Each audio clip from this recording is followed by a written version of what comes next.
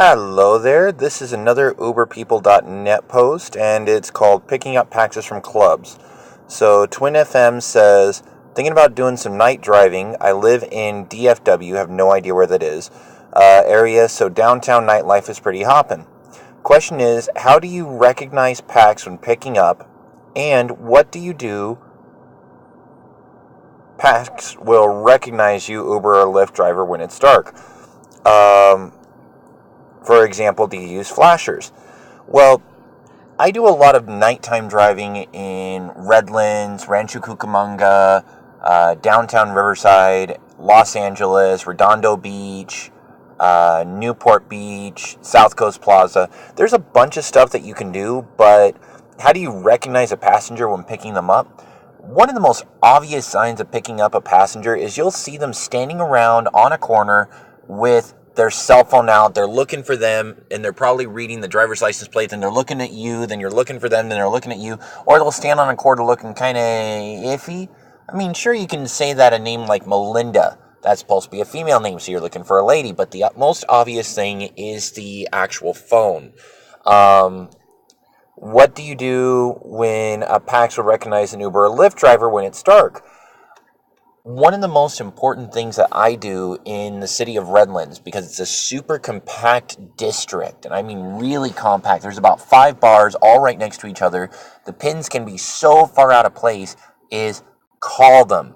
As you're getting within 2 to 3 miles, either call them and say, hey, I'm your Uber Lyft driver, I'm about 2 minutes out, I'm in a white car, because again, you can't assume that people are reading the app.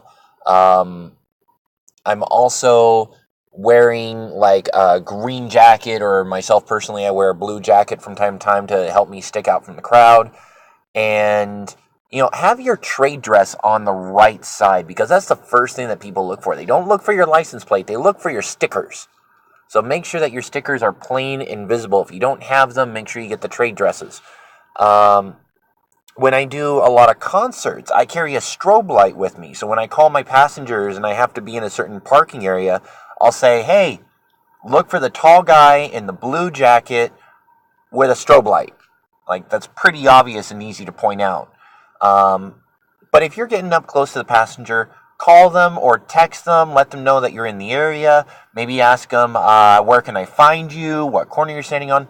The most annoying thing is when you're picking up from a club area like Victoria Gardens and Rancho Cucamonga, and there's like 15 different places that I could have picked you up from, and there's no obvious place to do a U-turn there. It's horrible. Call them up ahead of time, find a meeting place, and make sure it's there. There is one occasion where I did pick up from Redlands, and it wanted me to go by a church, but they were actually at a bar, so the pin had completely screwed up altogether. Called them up, they cleared it up, punched into my navigation, went back and picked them up. Cable Giant No said, unless you can tell by the person's name by looking at them, there's no way for you to recognize a Pax. Again, there's that whole cell phone thing.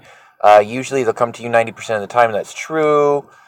Really recommend taking a ride or two as a passenger yourself and you've never done it. That's a really great piece of advice. If you've never taken an Uber, you don't have that whole mindset that the riders do. And there's a very specific mindset. There's kind of a frantic sense about it almost, where you're looking for your driver, they're looking at the app, they're watching your every move on the navigation. Ricka Smith says, yes, the flashers help. If it's a congested area, there's a lot of peeps that could have ordered rides. I go ahead and call them when I'm a block away. Again, same advice to call. Tell them exactly where I am, in front of a storefront, white car and flashers. Perfect. Let's see.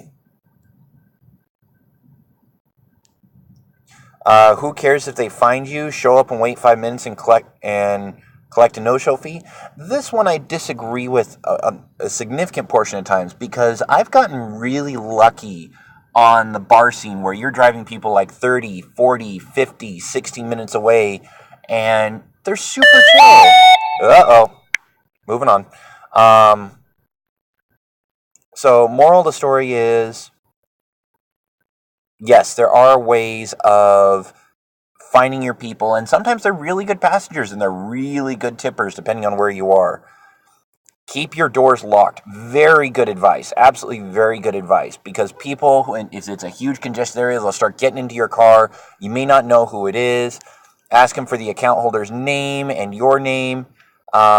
This will save you a lot of trouble. That's also true. Verify names. And if you don't like asking them for your name or you don't like asking for their name, just ask them to confirm the address. They'll be super chill with it. Don't block the road or lights. Find an open spot to park and squeeze in somehow and let them know. Definitely, cops love to mess around with us more often than not. Let's see. This person's talking about sending text messages. Yeah, so that's pretty much it. So there's plenty of ways to check, and there's plenty of ways to identify. I like Cable Guy No's advice, or Noe, or Noe, where he says, take it a couple of times yourself. That's great advice, and it's also great marketability. You can tell them I've taken Uber myself, and I understand how you feel, yada, yada, yada. Anyways, that's the end of this video. Here we go.